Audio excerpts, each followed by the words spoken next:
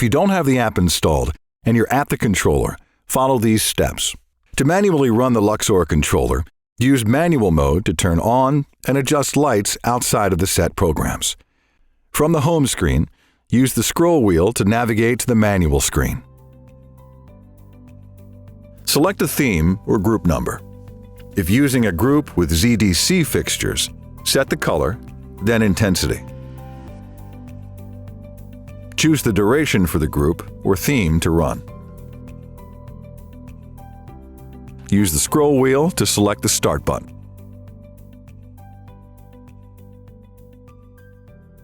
To turn off the lights, return to the manual screen and select the Stop button. Manual settings take precedence over any active programs. Once the manual settings end, the regularly scheduled program will resume at the next event time. Thank you for choosing FX Luminaire.